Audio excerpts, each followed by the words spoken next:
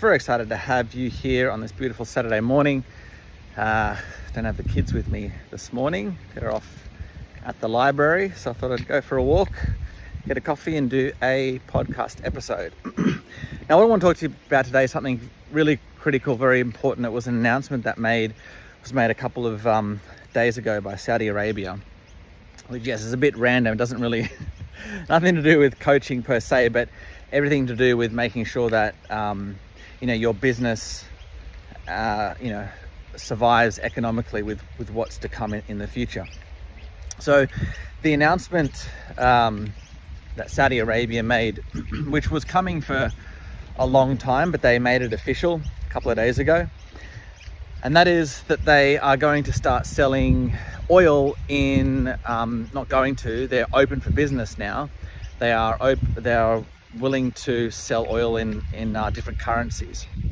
Okay, so let me give you a little bit of a backstory just for those that aren't aware of the backstory. So there's this thing called a petrodollar, which basically means that for about 50 years, since the early 70s, countries were forced to buy oil from Saudi Arabia, which is one of the key oil exporters worldwide.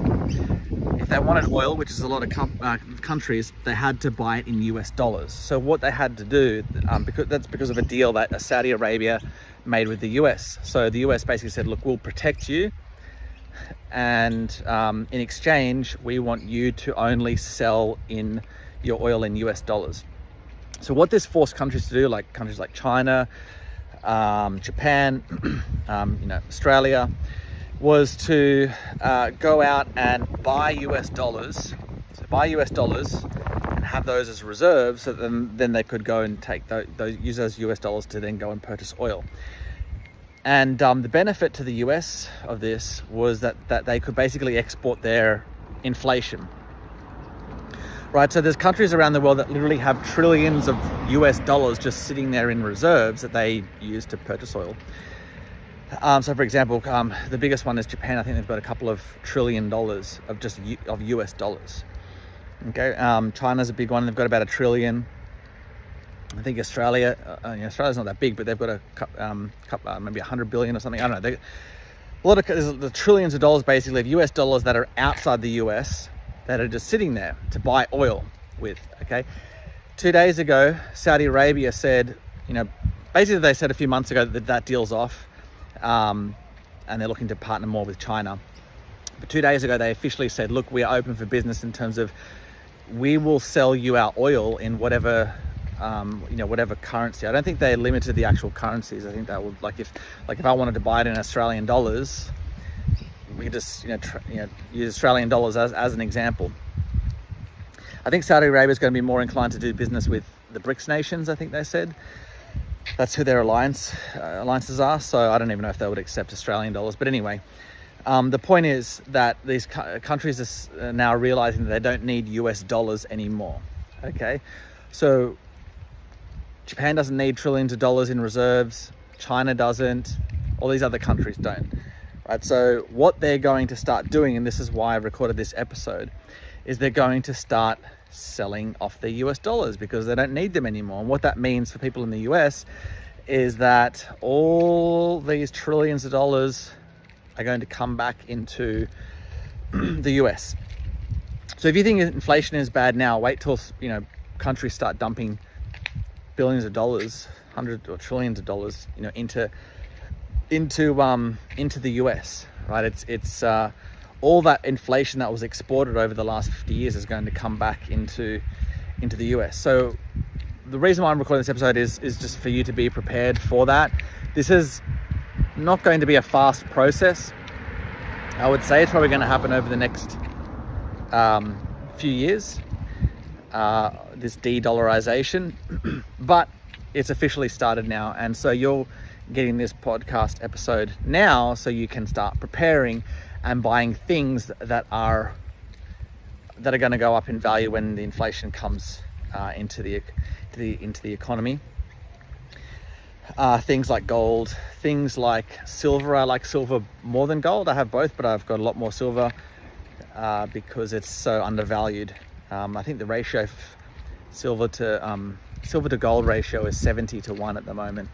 So 1 ounce of gold will buy 70 ounces of silver.